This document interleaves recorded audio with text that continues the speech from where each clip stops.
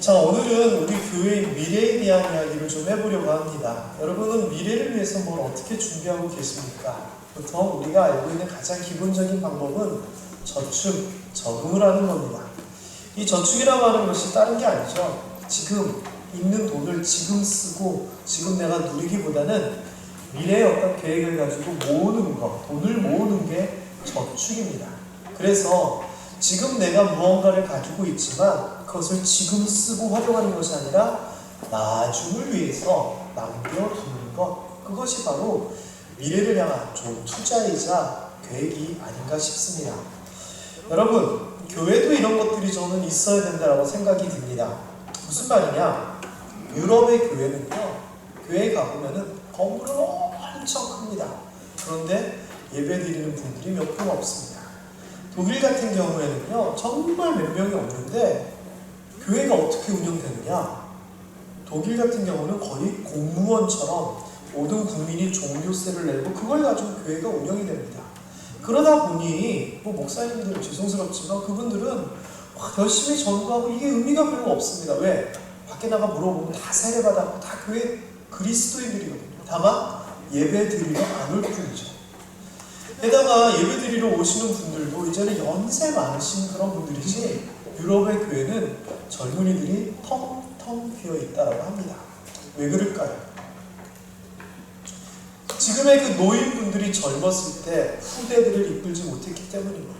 교회에 아무런 부족함이 없기 때문에 나 은혜 받고 신앙생활 잘했지, 다음 세대에 대한 어떠한 계획이나 이런 것이 없었기 때문에 자신들은 나이가 들어가고 밑에는 따라올 사람이 없고 그럴 수밖에 없는, 교회가 노인의 교회로 변할 수밖에 없는 그런 상황이 되어버렸습니다.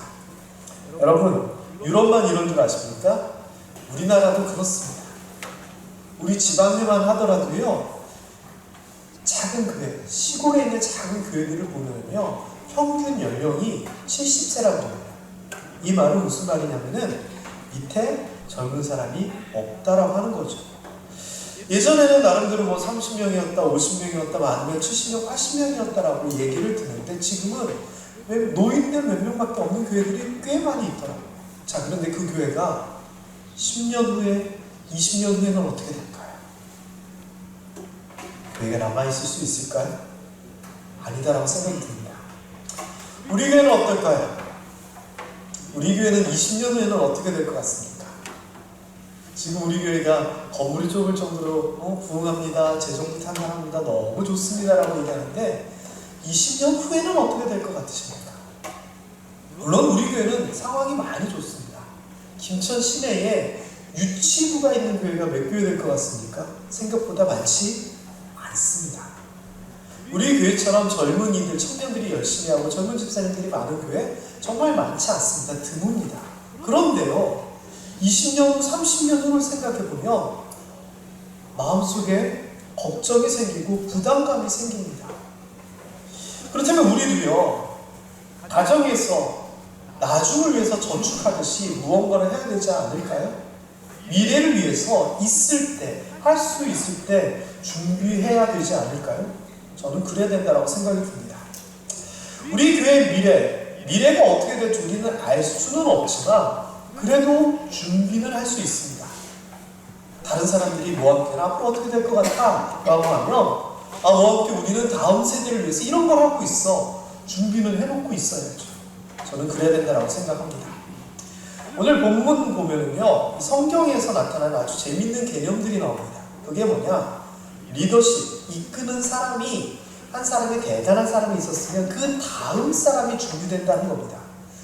우리가 그 10개 영화를 보면은요, 모세가 혼자 올라가가지고 돌판 쫙 들면 번개가 쫙 치면서 막 글이 쫙 새겨지고 이러잖아요. 그래서 우리 생각에는 하나님께 그 10계명을 받으러 갈 때 모세가 혼자 올라갔다라고 생각하는데 성경을 천천히 살펴보면 그렇지가 않습니다.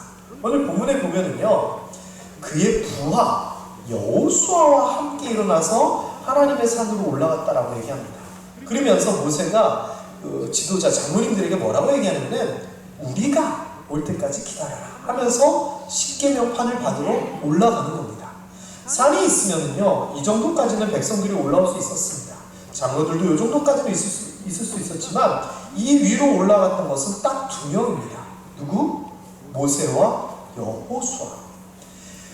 그래서 하나님께서는요, 이렇게 모세를 사용하실 때 모세로 끝나는 것이 아니라 다음에 이끌 사람을 지정하시고 함께 키우셨습니다. 그래서 나중에 모세가 하나님의 부르심을 받고 난 다음에 그 준비되었던 여호수아에게 나타나 이제 다음 세대는 네가 이끌어라. 두려워하지 마라. 내가 너와 함께 할 거고 너는 그저 좌로나 치우치지 말고 주의 말씀을 따라서 살아라. 그러면 내가 네 위에 있었던 모세에게 행한 대로 내가 다 도와줄게. 그렇게 약속을 하십니다.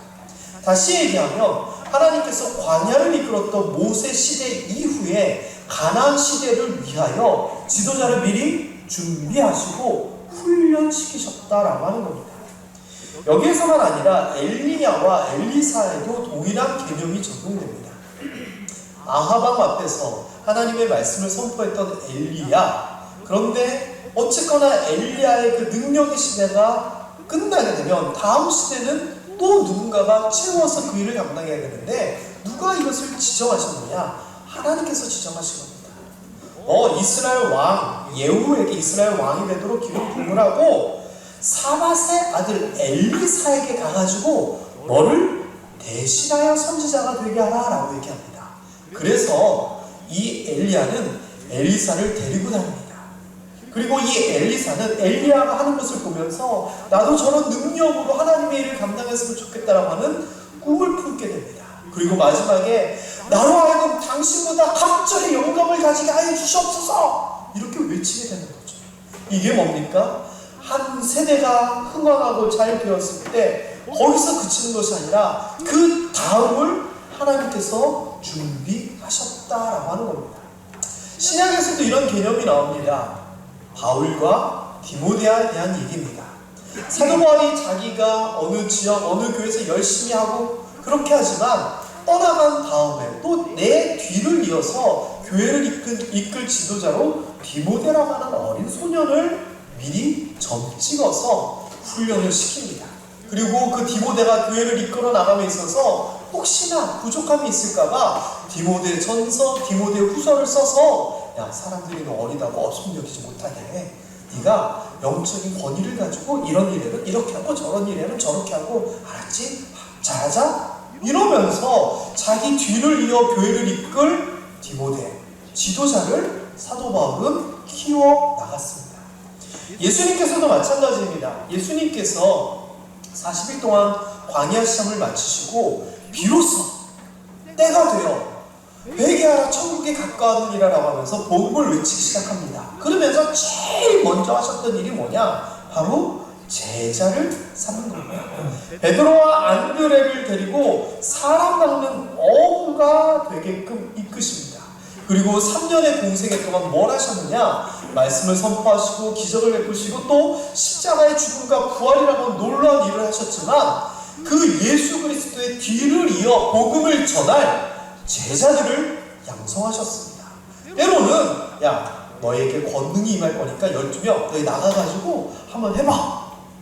이른바 실습도 시키셨고요. 더 많은 사람 70명에게도 야 너희들도 나가서 이 12제자처럼 권능을 가지고 사역을 해봐. 이렇게 사람들을 키워나갔습니다. 왜? 예수님이 영원히 이 땅에 계실 것이 아니기 때문에 내 이후에 일할 복음을 전할 다음 세대들을 이렇게 준비하셨던 겁니다. 여러분, 우리 교회는 다음 세대를 위해서 어떻게 하고 있습니까? 희망적이지 않습니다. 솔직히 얘기하면. 왜 희망적이지 않은 줄 아십니까? 일단은요, 주변 환경이 그렇습니다. 서병돈 장로님, 우리 모암 초등학교를 졸업하신 서병돈 장로님. 예전에는 모암 초등학교 한 몇 반 정도까지 있었습니까?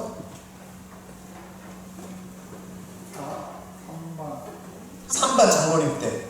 제가 듣기로는 최고 많을 때는요, 1,500명이 있었답니다.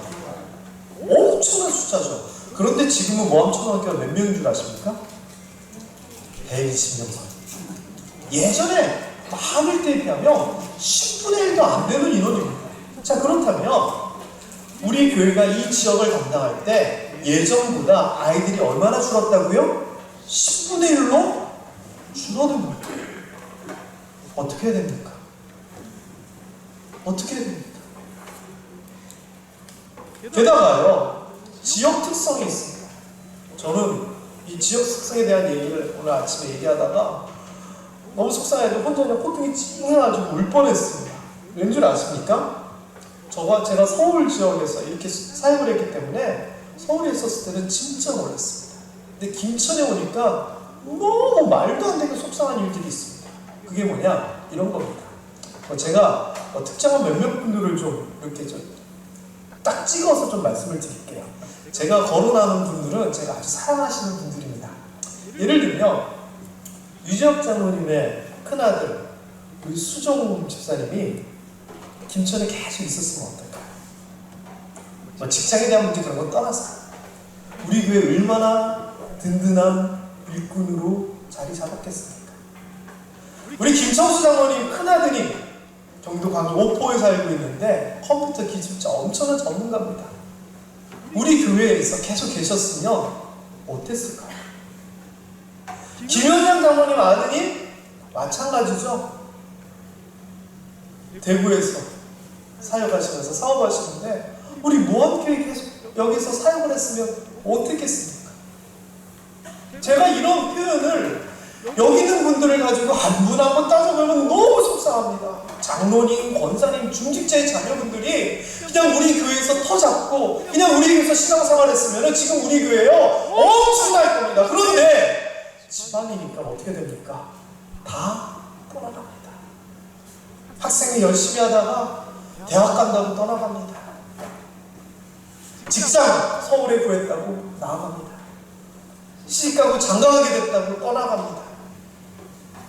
여러분, 만일 우리의 자녀들이 지금 우리 교회에 남아서 우리 뒤를 이어 여기서 신앙생활을 한다 생각을 해보십시오. 우리 모함교회요 엄청난 교회가 될 겁니다. 그런데 우리 어떻습니까? 한 명 다 떠나버립니다.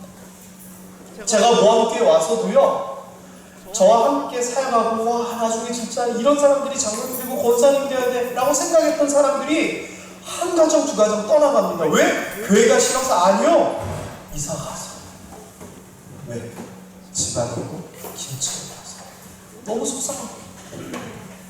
서울에는요 3대째 4대째 한 가정이 교회를 섬깁니다. 뿌리를 냅니다. 근데 여기는요 이 지역적인 특성은요 그게 어려운 거예요. 상상해보세요.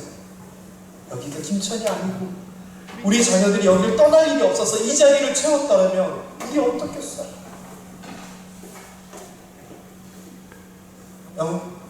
양용관 장로님 두 아드님, 장로님, 집사님 얼마나 든든합니까? 우리 교회에서 장로님으로, 집사님으로 그거 감당하시고 주철씨 우리 교회에서 아주 집사님 되고 장로님 앞으로 될지도 모릅니다. 계속 있었어요.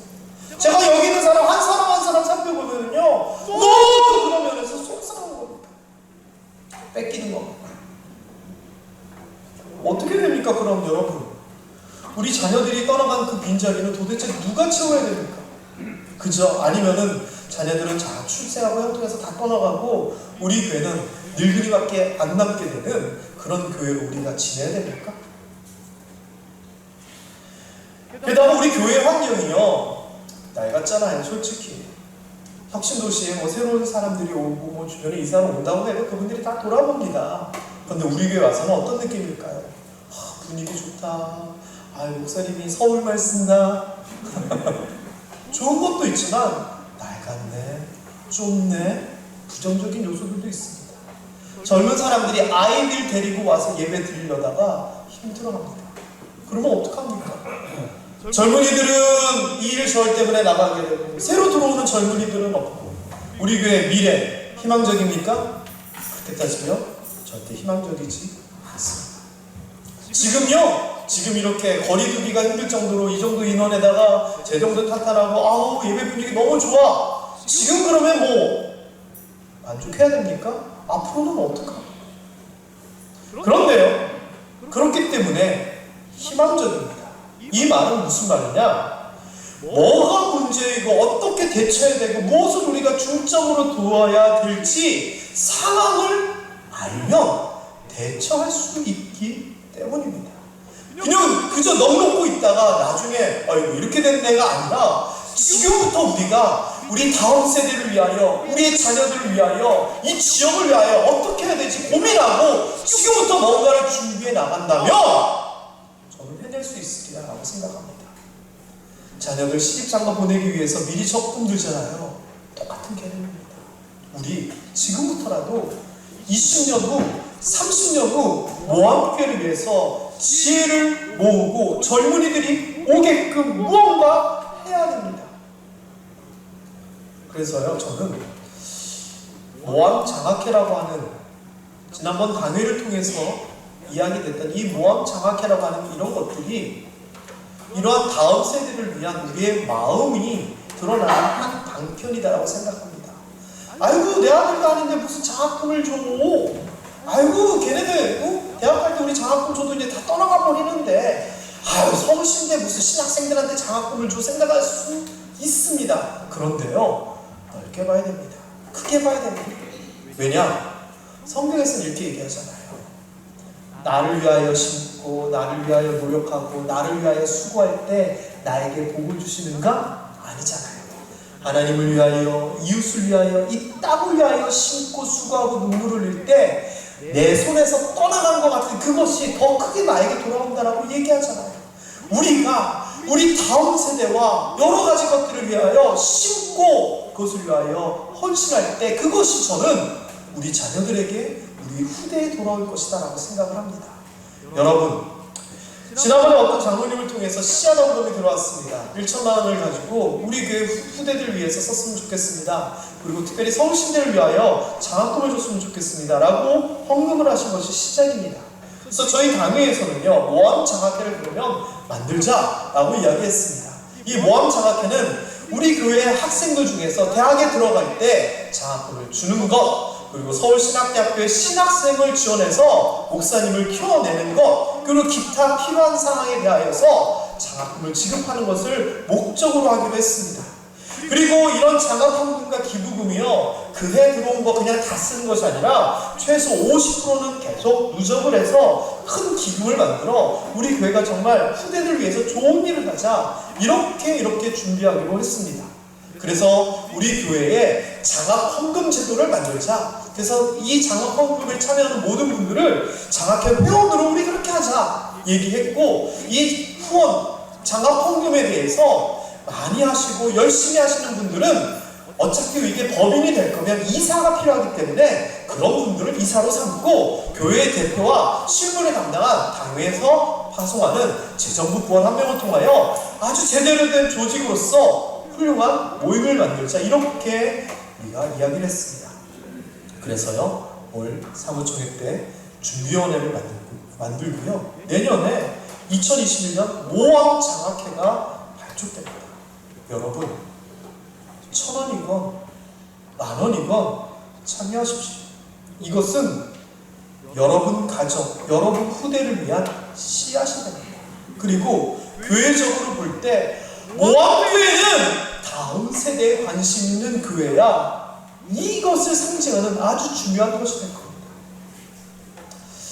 저는요, 이주용 장로님이라는 분을 위하여 기도합니다. 이분은 누구냐면은 제가 서울에 신학생으로 있었을 때 대학교 2학년, 대학교 3학년 때 교회를 통하여 저에게 장학금을 주셨던 장로님입니다. 제가 그분에게 장학금 주셔서 감사합니다라고 하는 표현은 맨 처음 받았을 때 감사합니다라고 인사했던 건 기억이 나는데, 그 후로는 그냥 교회를 통해서 오기 때문에 대면에서 말씀드릴 기회도 없었습니다.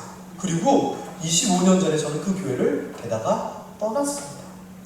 그러다가요, 나이 들어 철이 좀 들었을 때 내 삶에 있어서 내가 감사해야 될 분이 누군가를 생각하다가 그 이주용 장로님이 생각나는 겁니다. 신학생 때, 힘들 때 나에게 장학금을 주셨던 분. 그래서 저는요, 지금도요, 새벽에 기도할 때 매일 기도할 수는 없지만 생각나는 대로 최선을 다해 25년 동안 한 번도 뵙지 못했던 그 이주영 장로님과 그 자녀들을 위해서 지금 저도 기도하고 있습니다. 아마 아마 지금 나이가 90쯤 되셨을 것 같아요. 여러분, 우리가요, 모함교회가요, 누군가에게 이런 씨앗을 심게 되면요, 우리나라를 대표하고 김천을 대표한 어떤 인재가 나이 들어서, 그래, 내가 어릴 때 모함교회가 나를 위해서 기도해주고 나에게 신앙을 주었고 자각금도 주었는데 이 마음이 들 겁니다. 나중에 세계를 돌아다니시면서 목회하는 목사님이 언젠가, 그래, 내가 모함교회 때문에 공부했는데 감사할지 모릅니다. 그리고 그러한 감사는요, 여러분의 자녀들에게, 여러분의 후대들에게 저는 돌아가리라 100%, 1000%, 1000% 확신합니다. 여러분, 이게 다가 아닙니다. 이런 것들이 우리 삶 가운데 있어야 됩니다. 젊은이들이 어떻게 하면 우리 교회에 올 수 있을까요? 여러분, 고민 한번 해본 적 있으세요? 아니잖아요. 지금 내 신앙생활이 문제고 내가 은혜 받는 게 문제잖아요, 사실은. 그런데 여러분, 젊은이들이 우리 교회에 오게 하려면 굉장히 해야 될 것이 많습니다. 그래서 올해 제가 작년 정책 당일 때부터 슬쩍 얘기하고, 올해 코로나 때 제가 던져서 조만간 확정될 것 중에 하나가 뭐냐면은 11시에 유초등부 예배가 진행되는 겁니다. 생각해보세요. 젊은 애기 엄마 아빠가 3살짜리 4살짜리 애 데리고 11시 예배 드립니다. 유치부 보내놓고요. 그런데 그 아이가 초등학교 들어갑니다. 어떻게 해야 돼요? 9시에 와서 데려다주고 다시 가야 돼요? 아니에요. 젊은이들이, 믿음이 연약한 젊은이들이 교회에 와서 자녀들은 보내놓고 나는 예배 드리고 이럴 만한 기회와 환경을 우리가 만들어줘야 됩니다. 그래서 그렇게 전환을 지금 시도하고 있고 얘기가 거의 다 마무리되어 가고 있습니다. 이게 뭡니까? 젊은이들을 향한 마음가짐과 눈높이를 낮추는 겁니다. 유치부 아이들이 어떻게 하면 예배를 잘 드릴 수 있을까? 유치부 교사와 교육자만 고민해야 됩니까? 아닙니다. 우리가 같이 고민해야 됩니다. 그 아이가 초등학생이 되고 중학생이 되고 고등학생이 되고 대학생이 되고 우리 모함교회의 기둥이 되는 겁니다. 교회 와가지고 놀기만 하고 사고만 치는 초등학교 저 아이들은 어떡합니까? 그 아이들 중에 우리 교회 장로님이 나올 수도 있습니다. 그 아이들을 붙잡아 가야 됩니다. 그러려면 목사가, 장로님들이, 교사들만 관심 가지고요? 아니요. 우리가 다 같이 젊은이들을 키워내는 교회가 되기 위해서 한 마음으로 뭔가를 해나가야 됩니다. 그리고 우리 교회요, 김선일 목사님을 비롯한 김성호 목사님, 송성영 목사님 등등등 목사님을 배출한 교회입니다. 좋은 훌륭한 목사님들이 우리 교회를 거쳐서 교수님도 되고 목사님도 되고 그 일을 감당하십니다. 앞으로는 어떻게 하실 건데요? 여러분 자녀들 그 정도로 키워서 하나님 일에 헌신하게 하실 수 있으시겠어요? 쉽지 않아요. 그런데 방법이 있다는 겁니다. 어떻게? 우리가 그 신학생들을 후원하며 나의 작은 돈이 하나님의 나라를 만드는 그 귀한 사역에 엄청나게 쓰여진다. 그래서 저는 우리 모함교회가 그걸 감당하는 교회가 되었으면 좋겠어요. 제가 의도한 건 아니지만 우리 모함교회가 서울신학대학교에 후원하기로 약정된 금액이 있습니다. 오래된 금액입니다. 근데 그거는 뭐 사실은 안 해도 상관없는 법적 구속력이 없는 거지만 우리 모함교회 이름으로 서울신대에 예전부터 후원에 약정된 금액이 3천만 원입니다. 저는 그것도 우리 모함 장학회를 통해서 언젠가 다 채워나갔으면 좋겠습니다. 그래서요, 모함교회 지금 있는 분들도 좋지만 다음 세대들이 행복한 교회였으면 좋겠습니다. 그래서 어르신들이 봐도 야, 우리 모함교회는 장래가 훤해. 우리 모함교회는 나중에 쟤네들이 우리 대를 이어서 더 훌륭하게 할 거야. 이렇게 우리 다음 세대들을 보면서 흐뭇했으면 좋겠습니다. 여러분, 지금이 좋아서 지금 이만큼만 했으면 좋겠다 생각하실지 모르겠지만 그러면 우리 교회는 30년 후에 어떻게 될지 모릅니다. 지금부터 잘 준비하고 자녀들을 키워나가고 교회에 대한 사랑하는 마음을 갖게 되고 멀리 이사 가서라도 다시 찾아오게 만들고, 그리고 그 우리 자녀들을 통한 이 주변에 많은 친구들, 주변의 학생들이 우리 교회에 오게 돼서 새로운 우리 교회의 기둥들이 되고 이런 것들이 선순환적으로 계속 반복되었으면 좋겠습니다. 여러분, 우리 교회 미래는 어떤가요? 희망이 있을까요? 없을까요? 여러분들이 희망을 만들어 주십시오. 그래서 우리 모함교회 지금 이 정도 잘하고 있는데 이 정도에서 그치는 것이 아니라 더 큰 것을 이루고 더 하나님께서 기뻐하시는 것들을 만들어내는 그런 교회가 되었으면 좋겠습니다. 여러분, 그 일에 꼭 동참해 주시고요. 아울러 따님이 있으신 성도님들께 강구드립니다. 사익감은 가까운 데서 기도하겠습니다.